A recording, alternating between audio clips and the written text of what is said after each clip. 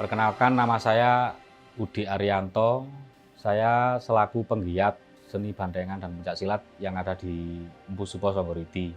Usia saya untuk saat ini 40 tahun. Terus saya terjun di kesenian mulai umur 17-18.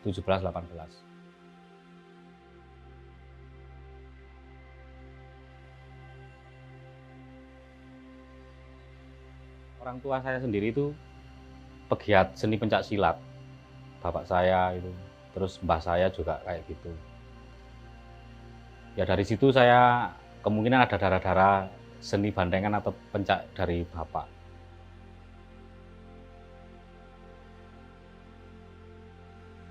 Kalau mengenal bandengan, ya saya mulai kecil.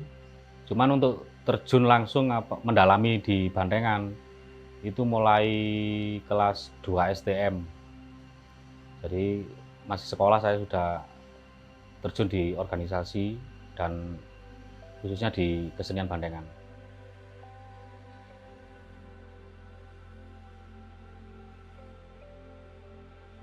Pertama itu ya ngumpulin sesepuh-sesepuh, terus senior-senior yang udah pernah ikut andil di bandengan Empu Supo itu sendiri.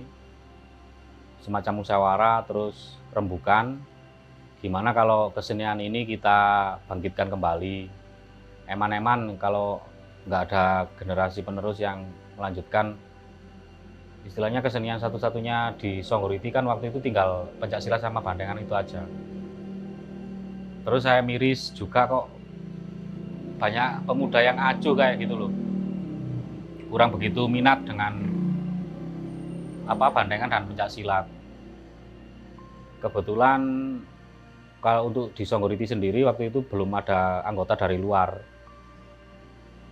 Tokoh-tokoh pemuda sama anak-anak muda yang ada di Songgoridi waktu era 2003 itu sangat antusias untuk kembali menghidupkan atau membangkitkan kembali paguyuban Empu Supo ini setelah mati suri.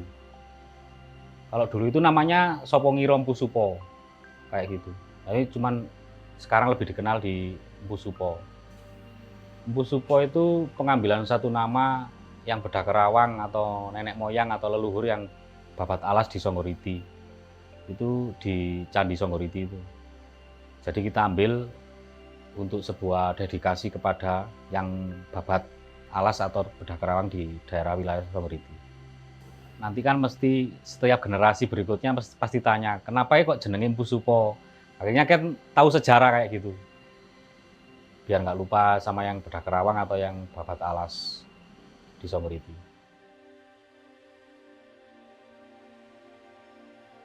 Waktu itu anggota pertama kali itu sempat terkumpul 53 kalau nggak 63. Lupa, pokoknya sekitar segitu. Kalau visi misinya sih ya itu mengenalkan kesenian bandengan dan pencaksilat ini ke khalayak ramai, atau istilahnya bahkan target kita sih sampai kalau bisa sih tembus luar negeri kayak gitu. Jadi untuk sasaran target kita sih ya kepada generasi muda atau generasi penerus. Angen-angen juga ada di kemudian hari itu, semoga nanti pencaksilat dan bandengan juga bisa masuk di akademis atau semacam ekstrakurikuler kayak gitu. Kan nggak notabene di keseniannya aja yang di bandengan atau pencaksilat. Banyak falsafah atau pesan-pesan moral yang bisa dipelajari di kesenian tersebut. Ya kayak gitu. Visi misinya sih sederhana aja itu.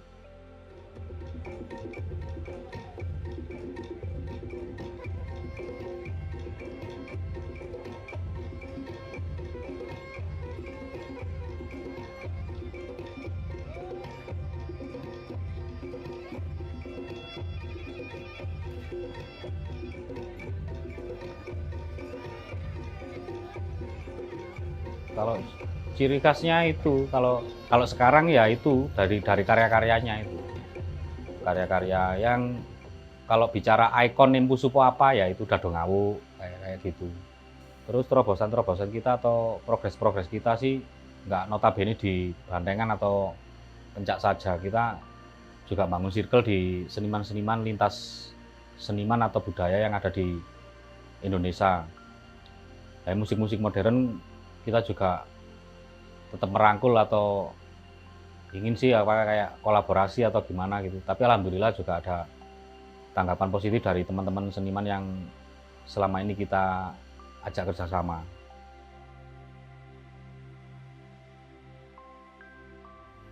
Kalau prinsip di Mpu Supo sendiri merupakan bagian yang penting. Jadi biar nggak ada pergeseran nilai-nilai yang ada di seni tradisi, khususnya bandengan dan pencak silat itu sendiri. Jadi kita tetap memegang teguh ajaran atau istilahnya keyakinan yang digetok tularkan atau disampaikan sama pendahulu kita, kayak gitu. Jadi prinsip kita tetap memegang teguh di tradisinya itu. Masalah yang di istilahnya pakem, kalau suatu keterkaitan kan tabu sama bandengan sama pencaan itu jangan sampai dipisahkan. Ibaratnya seperti mur atau mur baut kayak gitu. Suami istri, jangan sampai kan perkembangannya yang sekarang udah banyak yang geser. Masalah tabu itu sudah banyak pergeseran ke budaya ke barat-baratan. Ya, jadi kita tetap memegang teguh di tradisi yang sudah ada dan sudah berkesinambungan atau berkelanjutan yang disampaikan sama pendahulu kita.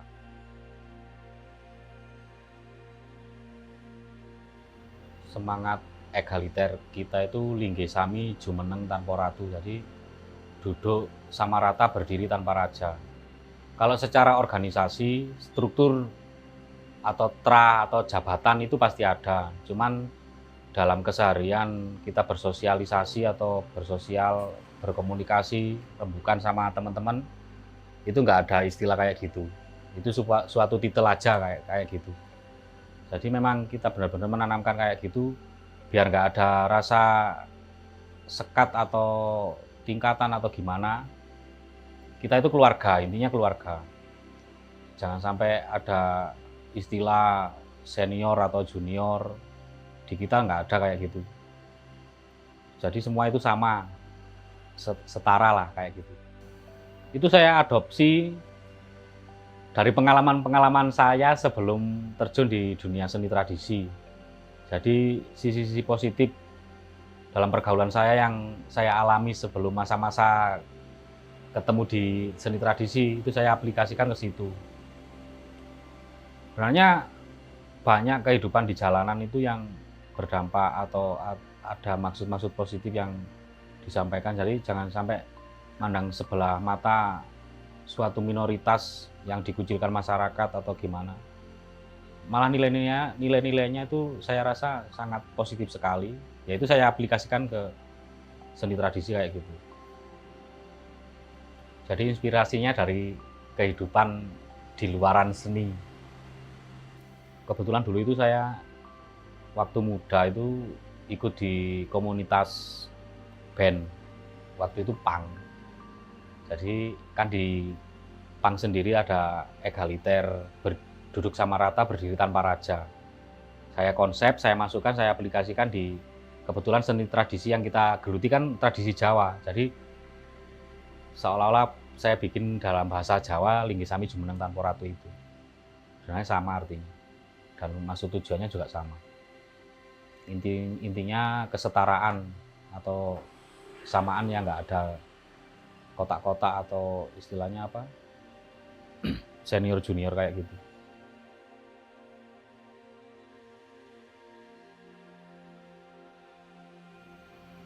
Enggak kayak gitu Mas. Kalau sekarang itu yang dikaitkan dengan mistisnya atau kalapan atau kesurupannya itu sebenarnya bukan tujuan di bandengan. Kalau bicara tentang tujuan bandengan itu lebih luas.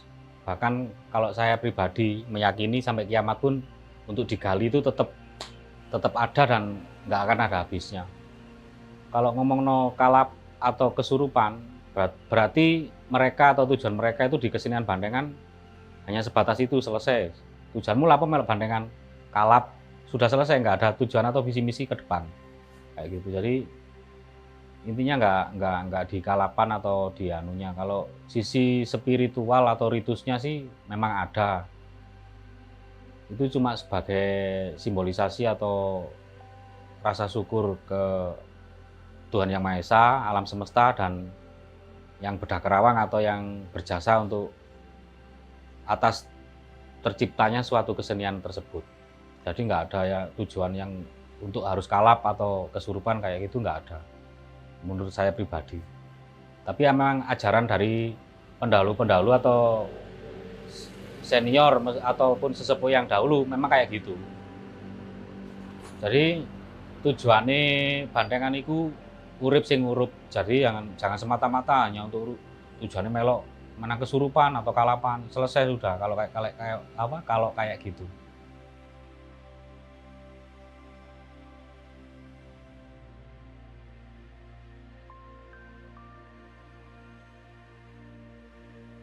Bandengan itu seni ini di sini kayak ono kayak gitu. Cuman menurut saya seninya bandengan itu dari solidaritas, kebersamaan, kerukunan, keguyuban, kekeluargaan, kegotong royongan. Itulah seninya bandengan. Secara filosofi pun kan bandengan itu simbol kerakyatan. Ini bukan terlepas dari bahasa politik. Jadi lambang Pancasila, terus lambang Gunungan Wayangan, kenapa harus ada bandeng dan macan? Memang sudah disetting dengan pola pikir para pendahulu kita itu kan banyak filosofi yang ada di dalam binatang bertanduk itu sama harimau itu. Jadi nggak semata-mata bikin simbol atau kesenian, kenapa kok nggak kidangan atau gajahan atau apa, kenapa harus banteng. Kehidupan banteng itu kan hidupnya komunal atau berkoloni, jadi melambangkan kegotong royongan, kebersamaan. Dan di banteng itu nggak ada raja. Ketika anak atau pedet atau wareng atau indukannya diganggu binatang lain, itu yang kuat-kuat melingkar. Jadi nggak ada kuat satu seperti raja, itu nggak ada. Jadi harus melindungi semua, wajib. Itu memang sudah garisnya kayak gitu. Jadi di bandengan itu cenderung ke filosofi atau falsafah hidup kebersamaan, kesetaraan, dan kegotong royongan, kesulitan, solidaritas kayak gitu.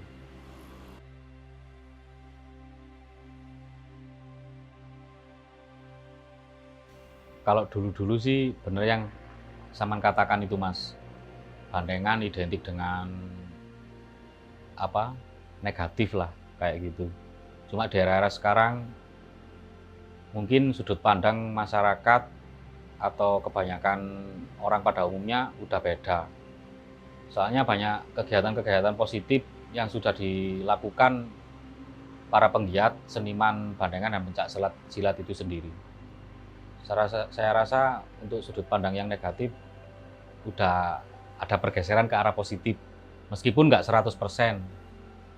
Ya bisa jadi mereka belum tahu kenal dekat atau mendalami kita atau gimana, nggak tahu saya. Yang penting kita untuk saat ini berbuat hal-hal yang positif, biar stigma masyarakat yang notabene mengatakan kita identik dengan yang uraan atau gimana itu biar agak minim lah.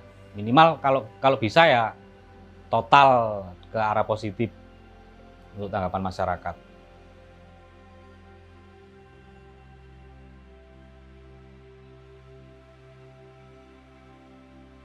Kalau tren berot itu kayaknya mulai booming setelah masa pandemi atau corona. Kemungkinan banyak yang daring atau istilahnya gabut di rumah, buka-buka aplikasi, dari situ juga bisa. Terus kalau yang saya pribadi amati, itu kan fenomena soundgler setelah atau pasca corona itu marak di Malang Raya. Masalah perizinan kemungkinan dari pihak-pihak terkait nggak disetujui atau nggak dikasih izin. Bisa jadi acara bisa dilaksanakan dengan asumsi harus ada budaya atau kesenian budaya yang ada di sekitaran Malang. Jadi perkembangannya berot itu tumbuh dari sound gler, sound besar-besar itu. Kan di undang-undang di Indonesia juga ada kata-kata setiap warga negara, itu undang-undang tahun berapa, nomor berapa saya lupa. berhak untuk mengekspresikan diri atau dalam hal ini berkesenian atau mengekspresikan diri lah kayak gitu.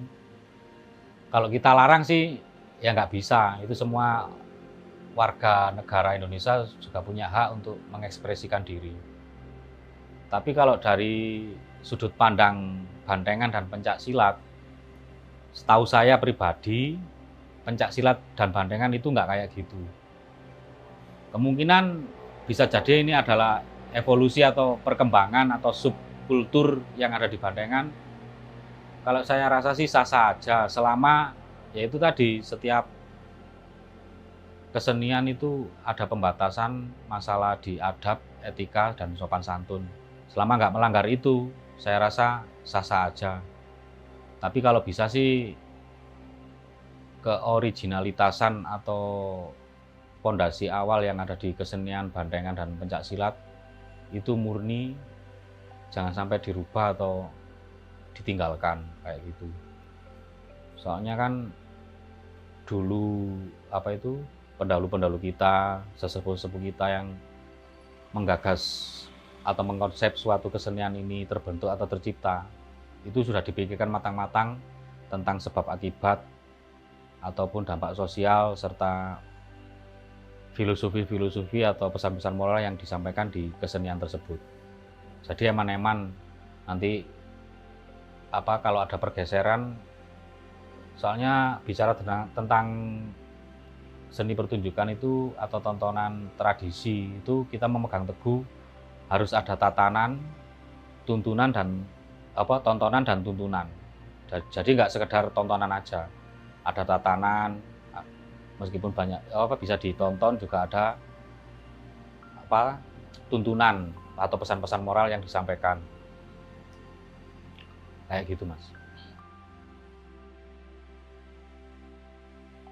Yaitu dikembalikan kepada visi misinya masing-masing. Kalau di Merot, saya juga sendiri kan bukan pelaku Merot, jadi nggak tahu visi misinya di mana. Kalau di seni tradisi yang jelas mengenalkan, terus menyampaikan pesan-pesan moral, terus istilah ya uri-uri kebudayaan yang memang sudah dilakukan turun-menurun sampai saat ini. Kalau di Merot sendiri, kalau menurut sudut pandang saya pribadi itu kayaknya di sisi ekonomi malah. Jadi cenderung ke unsur uang kayak gitu.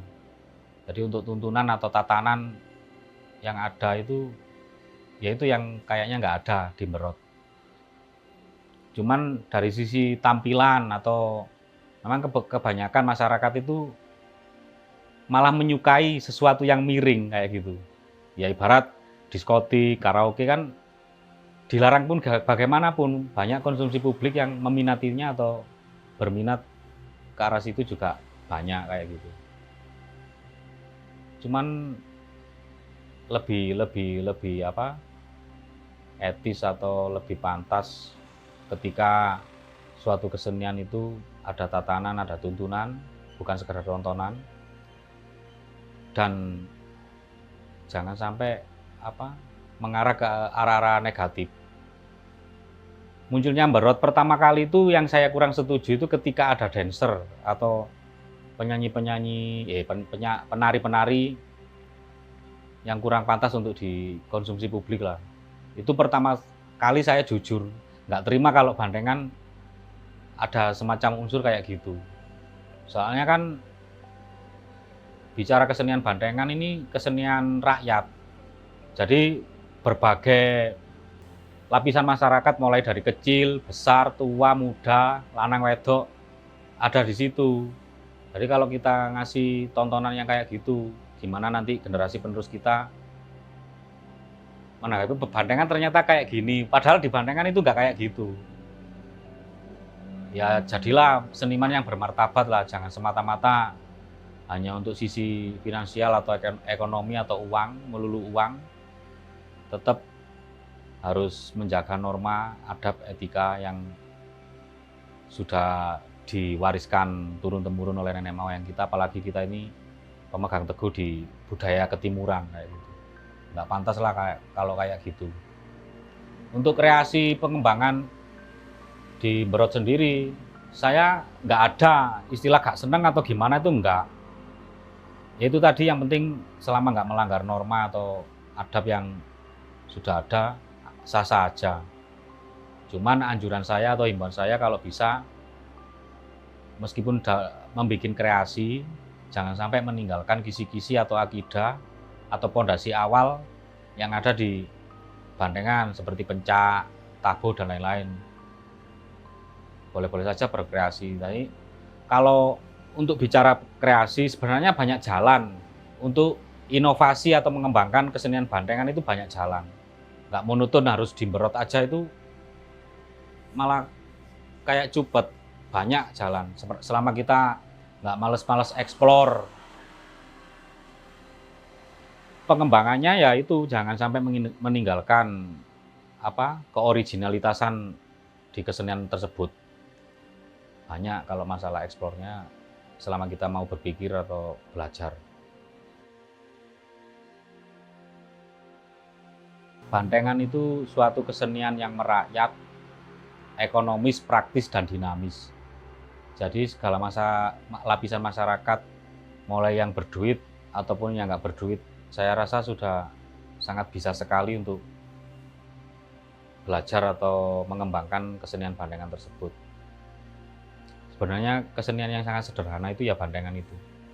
Cuman dari sisi falsafah sangat dalam sekali dan sangat kaya sekali falsafah atau pesan-pesan moral yang ada di bandengan itu. Menurut saya kayak gitu.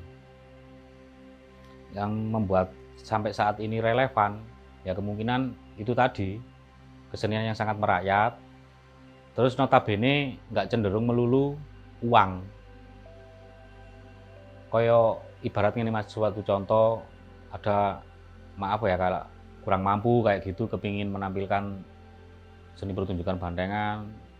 Kalau pribadi di Mpu Supo, pesen yang dulu-dulu itu, urip iku aja tujuanmu mek dhuwit mek donya tok.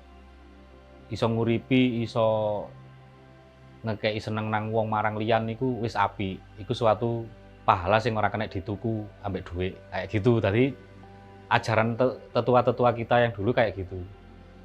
Makanya bandengan sangat diminati di Malang Raya itu, ya itu tadi, masalah ekonominya nggak terlalu menuntut target untuk harus tanggapan sekian, terus segala lapisan masyarakat nggak harus kudu iso pencaan pun di bandengan nggak masalah, terbuka. Yang penting mengikuti aturan-aturan yang sudah ada di setiap paguyuban. Saya rasa bandengan sangat terbuka, jadi nggak ada syarat-syarat khusus. Intinya fleksibel, atau ya pokoknya manut alure lah, sopo-sopo oleh masuk, nggak harus ada persyaratan tertentu saklek kayak gitu, nggak ada. Itu mungkin yang membuat relevan kesenian bandengan sampai saat ini sangat diminati.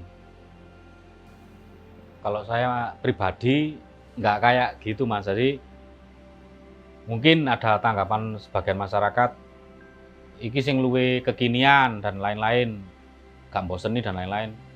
Kalau saya pribadi, yaitu tadi saya balikan lagi, banyak jalan untuk berkreasi atau berinovasi tanpa meninggalkan kisi-kisi yang ada di bandengan. Pokoknya nggak males-males. Jadi menurut marketing atau bahasa pasaran, biar bisa menerima, tetap nggak bosen ke kita. Setiap hari saya itu berpikir untuk eksplor sesuatu yang baru kayak gitu. Jadi nggak ada matinya kalau di bandengan. Ya itu tadi, pahami dulu, dalami dulu dasar-dasar di bandengan biar nggak salah jalan. Kalau sudah paham di situ, tinggal berpikir ke depannya gimana untuk berinovasi, eksplorasi di bandengan itu, biar masyarakat bisa menerima selamanya, nggak boseni atau gimana. Kita tuh setiap ada tampilan selalu bikin perubahan konsep atau narasi. Jadi tampilan yang kemarin sama yang sekarang itu udah beda. Nggak monoton yang wis di zona nyaman itu aja. Kadang suatu wilayah atau daerah basisnya wong musik modern. Ketika kita ditanggap di daerah situ ada kepingin bantengan lah, kita mencoba kolaborasi dengan apa itu tradisi atau budaya yang sudah disukai di masyarakat tersebut. Jadi sebelum kita tampil atau menampilkan pertunjukan di daerah situ, kita sounding sama warga sekitar, terus ya apa sih kudu ini, kita konsep, kita aplikasikan di setiap pertunjukan kita. Jadi untuk kehidupan ini nggak semata-mata kita itu sia-sia.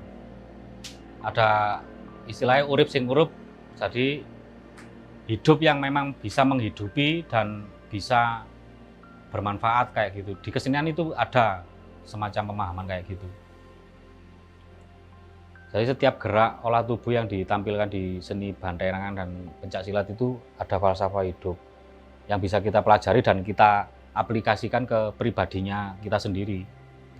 Bahkan sampai kita gedok tularkan ke orang lain pun juga bisa.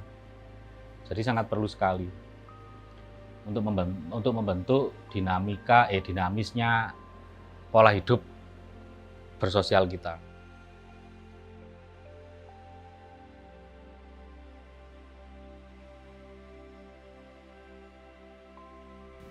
Ya, untuk generasi muda khususnya di Malang Raya dan pada umumnya di Indonesia, jangan malu-malu untuk tetap melestarikan kesenian dan kebudayaan yang ada di Indonesia. Itu merupakan suatu kekayaan yang nggak bisa ditukar atau dibeli dengan nominal. Jadi kita harus bangga. Kenapa kita harus bangga dengan istilahnya budaya luar? Padahal orang luar sendiri pun juga sangat ingin sekali belajar ke kita. Jangan sampai kebalik lah kayak gitu. Eman-eman seni dan budaya ini merupakan harta lebih dari emas, uang ataupun berlian kayak gitu.